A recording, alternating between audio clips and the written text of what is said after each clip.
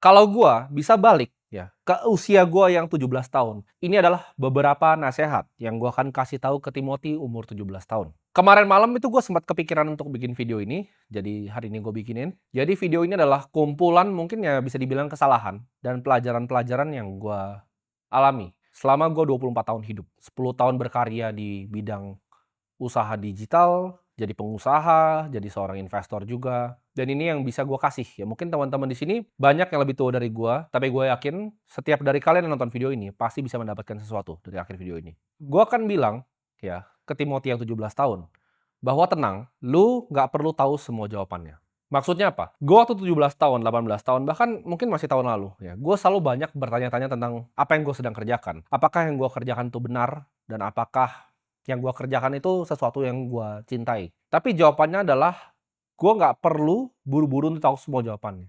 Gue tuh orang yang gerasak-gerusuk ya, gue cepet orangnya. Gue akan kasih tahu bahwa tenang ya, lu yang masih bocah nih, lu masih kecil nih, lu nggak perlu tahu semuanya. Kadang dulu gue mikir apakah gue itu adalah seorang investor yang paling jago, tapi gue ngerasa waktu itu seumur gue, kayaknya Warren Buffett itu udah lebih muda mulai dari gue waktu dia invest Coca-Cola. Kayaknya gue adalah seorang investor yang nggak sejago Warren Buffett. Dan kalau kita ngomongin soal media, ya gue mungkin nggak seperti orang-orang jago banget yang udah bikin apa campaign yang Coca-Cola atau yang lain. Atau di bidang-bidang yang lain gitu. Tapi waktu yang akan berikan nanti jawabannya semua. Jadi lu nggak perlu harus langsung tahu gitu, fokusnya di industri apa, lu jagonya di mana. Kadang nanti lu akan ketemu yang namanya dua dunia. Contohnya, gue adalah seorang investor yang handal, tapi nggak semua investor itu bahkan bisa ngomong di depan kamera seperti ini, seperti gue. Jadi itu adalah dua dunia yang gue gabungin ya. Satu dari dunia investasi, satu dari dunia media. Nah, orang yang bisa gabungin dua dunia ini, gue kasih contoh lagi. Elon Musk adalah seorang engineer yang handal. Dia bisa bikin perusahaan seperti SpaceX, dia ngerti teknisnya dari Tesla, humanoid robot, Neuralink-nya dia ngerti. Dia engineer yang hebat.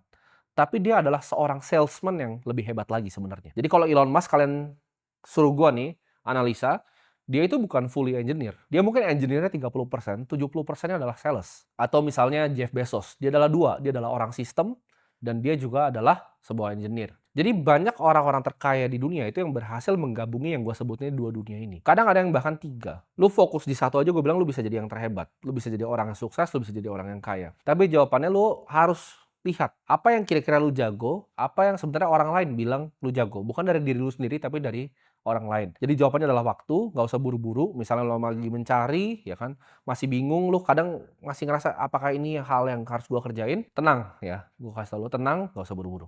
Gua pas masih umur 17 tahun ya, gue mikir bahwa uang itu adalah segalanya. Jadi apa-apa tuh uang, uang, dan uang. Tapi gue pengen kasih tahu ke kalian semua yang masih mulai ya. Gue paham kalian nonton gue ini kalian pengen sukses. Tapi kalian harus paham, uang tuh bukan sebuah tujuan akhir, tapi uang itu adalah sebuah alat. Percuma ya.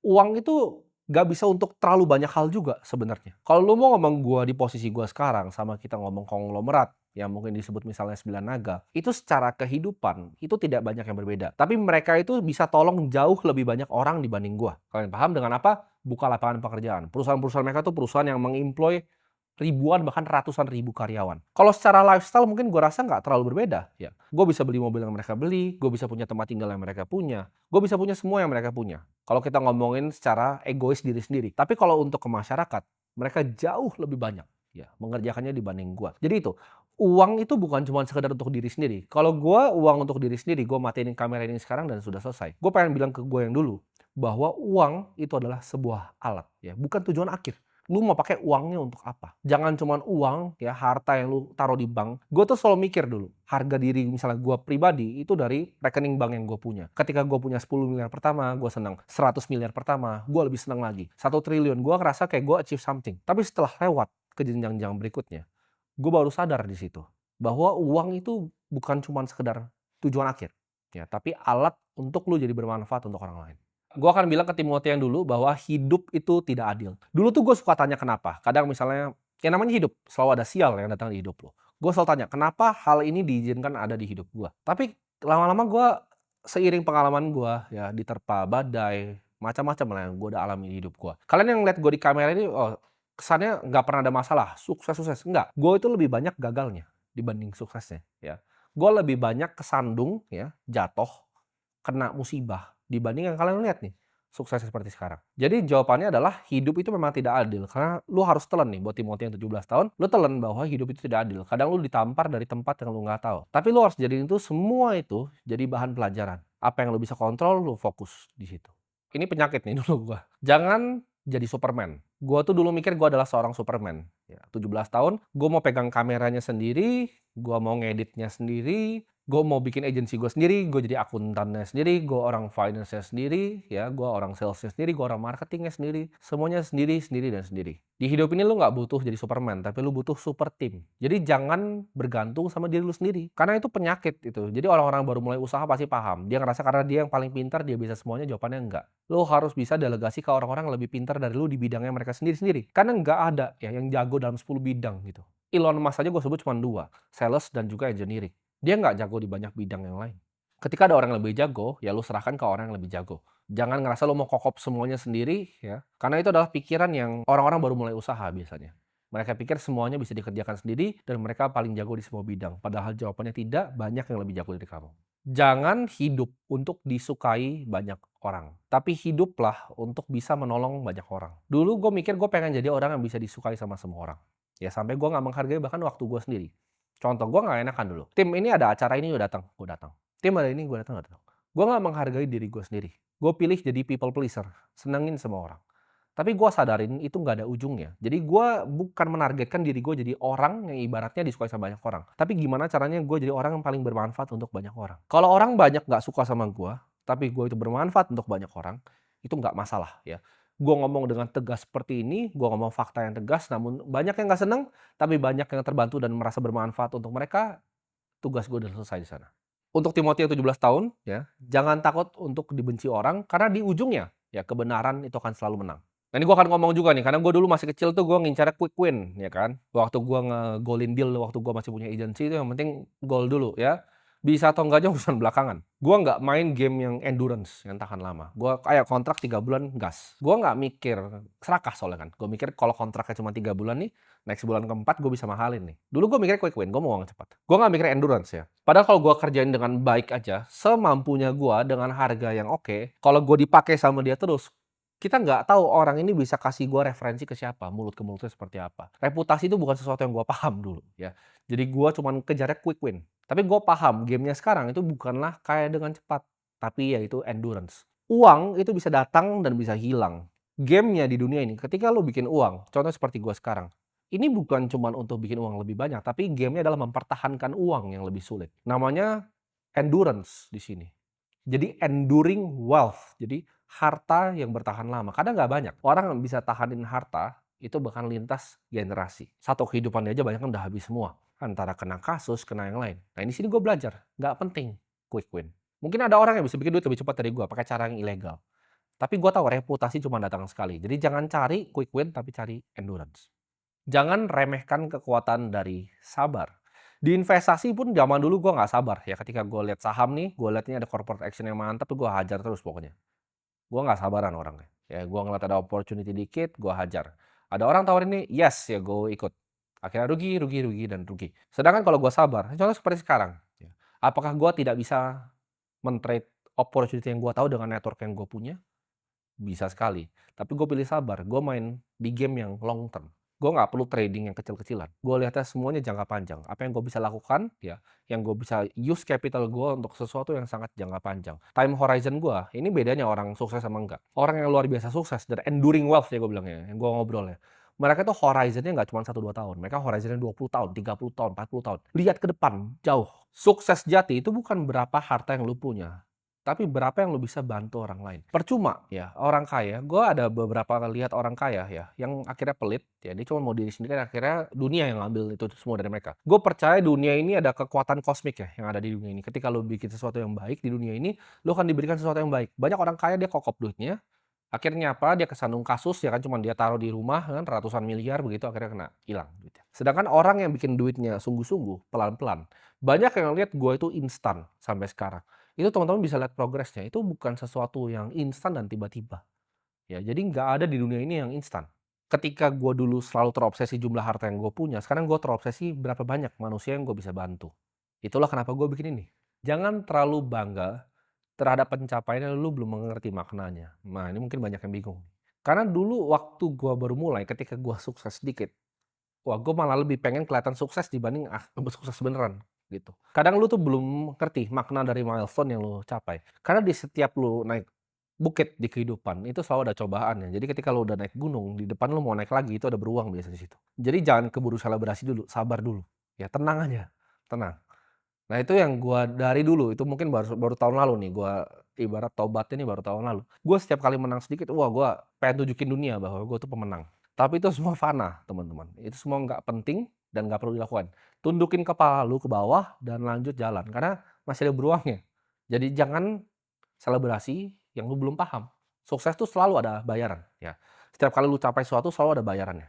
Semakin lu tinggi, ya, semakin lu waspada. Makin lu tinggi daki gunung, itu ibarat gunung tuh makin licin. Kalau gua di gunung, ini gunungnya udah licin. Orang bilang kan makin tinggi pohon itu makin anginnya ini. Tapi itu menurut gua lebih gampang digambarin pakai gunung.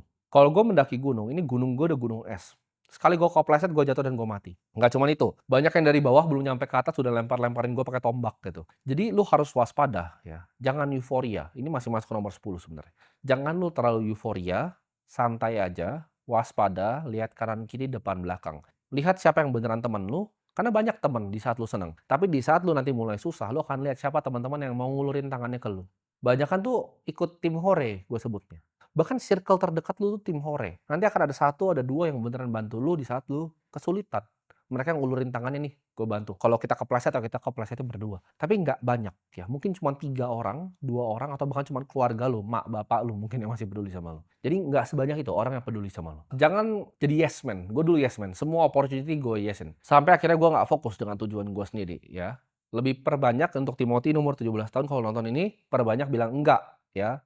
Datang ke nikahan kalau lu nggak pengen bilanglah enggak. Jangan lu bilang yes, yes, yes, yes, yes, yes, yes. Tujuan akhir lu untuk bantu banyak orang ini jadi apa namanya ke distraksi. Jangan biarin ego lu itu dipuji sama semua orang sampai lu nggak bisa dengar kritik. Ini yang bahaya. Ini yang bahaya ke orang yang punya dua gue sebutnya. Uang ya dan fame. Orang yang punya uang dan fame itu kayak gua mungkin 2 tahun lalu itu besar kepalanya mampus. Ketika besar kepalanya mampus, orang dengerin gua merasa gua yang paling dewa. Lewat apa kuping kanan keluar di kuping kiri. Gua nggak pernah mau dengerin orang karena gua mikirnya ya lu udah ngapain di umur gua. Gua selalu mikirnya seperti itu. Tapi kadang ada hal yang lu nggak tahu yang orang lain tahu. Yang orang yang udah lihat hidup lebih lama, orang yang sudah lebih bijak ngelihat hidup.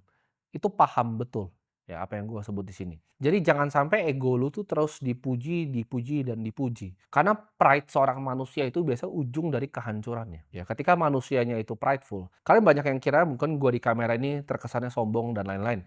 Tapi kalau kalian paham, ya itu adalah semua karakter yang gua bangun untuk yuk masyarakat Indonesia sadar. Kalau kalian banyak ketemu orang, pernah ketemu gua di dunia nyata, kalian tahu itu sangat berbeda dengan apa yang kalian lihat biasanya di sini. Ini aja kalian berbeda, kan semuanya bisa gua atur sesuai apa yang gua mau. Lu tidak bisa judge seseorang di depan kamera, itu seperti lu nge-judge aktor di film. Dan ini kita akan ngomong, karena ini adalah nasihat yang paling jujur dari hati gua kalau gua mau ngomong ke Timothy yang 17 tahun. Biar gua selamatin dia gitu. Tapi sebenarnya kalau gua disuruh balik pun nggak ada yang mau gua ubah, karena semua pengalaman gue ini yang gua share ke lu semua, itu biar lu nggak mengalami lubang yang sama yang gua jatuh. Ini semua pengalaman yang pernah bikin gua jatuh. Mungkin gua nggak jelasin beberapa poin terlalu panjang, karena gue pengen kalian bisa interpretasi sendiri maksud gua itu apa. Dan ketika sudah kejadian, kalian mungkin nanti baru paham. Jangan fokus di hal yang lu nggak bisa kontrol ya. Gue selalu mikir, aduh kenapa kadang gue begini, kenapa kadang dikasih seperti ini. Itu hal yang gue nggak bisa kontrol. Nah yang lu bisa kontrol tuh apa? Lu lihat di depan lu, ini saya bisa kontrol ini, saya akan lakukan yang terbaik sesuai dengan porsi saya. Ya, hati yang bijak. Yang paling penting lu cari di dunia ini itu bukan cuma sekedar uang, tapi kebijaksanaan atau wisdom. Hati yang bijak itu akan menerima yang namanya koreksi. Jadi mereka akan menerima nasihat, tapi orang yang bodoh, ya gue sebutnya, orang yang bodoh, itu akan menolak nasihat. Dia nggak akan mau dengerin. Orang yang udah lewatin apa yang dia lewatin, dia nggak mau dengerin. Oh lu jangan begini ya. Ah enggak lah, gue paling tahu. Kalau lu cari mentor, nih banyak cari mentor tuh bagaimana? Lu harus satu bisa lihat apa yang lu pengen hidup lu. Apakah lu pengen hidup seperti dia atau tidak? Itu yang pertama. Yang kedua, mentor ini harus bijak. Bijak itu apa? Bijak itu bukan cuma lihat baik dan jelek. Baik dan jelek itu semua orang biasa, orang pintar bisa tahu. Orang punya knowledge gue sebutnya. Orang yang pintar tuh bisa tahu. Tapi orang yang bijak itu bisa bedain mana yang baik, mana yang terbaik. Ini yang sulit banget. Baik dan buruk ini gampang lihatnya. Orang pintar bisa. Orang bodoh pun nggak bisa lihat kadang baik dan buruk. Dia lakuin aja gitu kan. Tapi kalau pilihan di hidup lu antara ini yang baik sama mana yang terbaik, itu butuh mentor. Itu butuh orang yang udah pernah di situ. Ngasih tahu lu, tim lakuin yang ini. Ya, lu jangan begini, nanti kalau lu begini, lu bisa nyemplung, gitu. Dia bisa lihat yang baik doang mana, sama yang terbaik itu yang mana. Itu baru orang bijak. Jangan malas ngelihat kesempatan nih, Timothy ini kadang dulu malas lihat kesempatan. Ketika ada badai dia pilih untuk kokop, untuk aman gitu. Cuman gue kasih tau enggak, justru di saat gue udah ngalamin sekarang, setiap kali gue dapat badai kehidupan, itu selalu gue jadiin manfaat, gue sebutnya. Ketika gue ada masalah, gue selalu jadiin itu justru batu loncatan. Orang yang gue kenal dalam menyelesaikan masalah itu siapa aja, dan gue bisa masuk ke jenjang yang lebih tinggi lagi. Jadi kalau ada badai, lu tabrak terus aja. Lu tabrak terus, lu lihat tapi balik lagi tetap waspada ya. Dan lu lihat celahnya. Jadi jangan pas ada masalah lu malah meringkuk dan ketakutan. Ketika ada masalah, lu lihat opportunity di dalam badai itu yang mana. Problem Timothy mungkin bukan umur 17, tapi mungkin umur 20-an ya. Gue itu orang yang dulu kadang kalau orang tampar gue, itu gue tampar balik, kalau bisa gue cabut matanya. Ini problem orang yang baru punya uang dan baru punya kuasa sedikit. Jadi lu belajar untuk jangan membalas orang. Ketika orang bikin salah sama lu, jangan dibalas. Itu akan bawa lu mungkin banyak masalah ke depan nih. Jadi ketika lu ditampar, lu cabut matanya, nanti dia mau buntungin tangan lu. Jadi jangan membalas orang. Seberapa dia bikin salah sama lu, itu let go aja. Ini buat Timothy umur 17. Karena dia kan ntar akan tua kan. Lu let go aja. Ketika ada orang bikin salah sama lu, jangan lu ditampar terus lu ambil matanya. Gitu. Nanti tangan lu mau dibuntungin sama dia. Berilah pengampunan ke orang yang bikin salah sama lo. Itu lo bisa interpretasi sendiri masing-masing, karena gue jelasinnya singkat, sengaja, biar kalian bisa berdiskusi juga di bawah. Nanti kalau gue ada kesempatan dan waktu, gue balasin maksud realnya itu apa. Tapi itu nasihat yang gue akan kasih kalau gue balik ke umur 17 tahun.